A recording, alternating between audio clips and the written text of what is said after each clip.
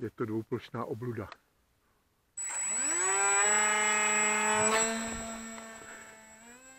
Musí se odhodit dosti rychle, aby na křídlech vznikal vztek a byla účinná kormidla.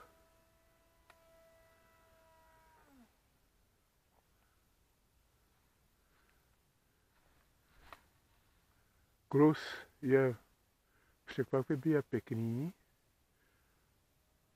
Teď tam mám hmotnější akumulátory, takže letová hmotnost je 240 gramů.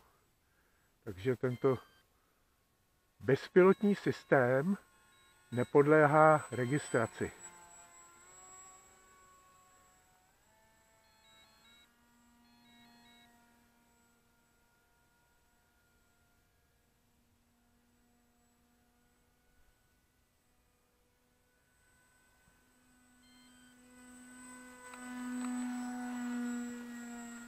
Předvedu zatáčky o malém poloměru.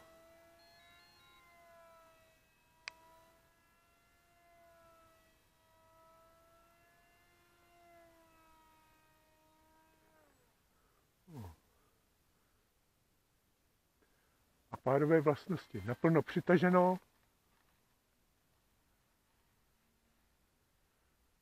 Model se jen pohupuje a přitom je stále plně ředitelný.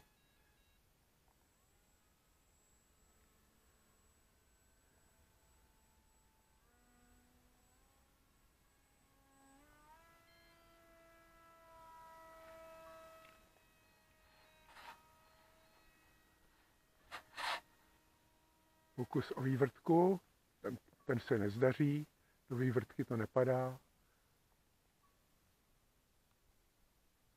Přechází do spirály.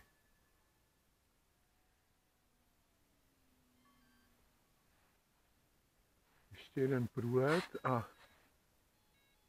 zkusím přistát na silnici.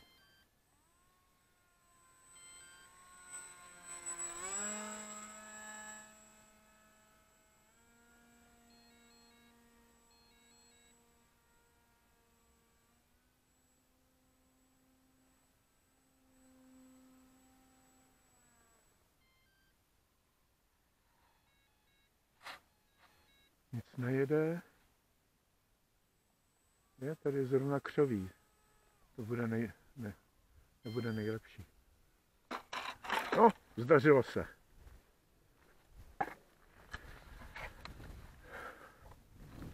Vzhledem k poměrně velkému výkonu, výkonové zatížení asi 7 gramů na watt a obratnosti, to není model pro úplného začátečníka.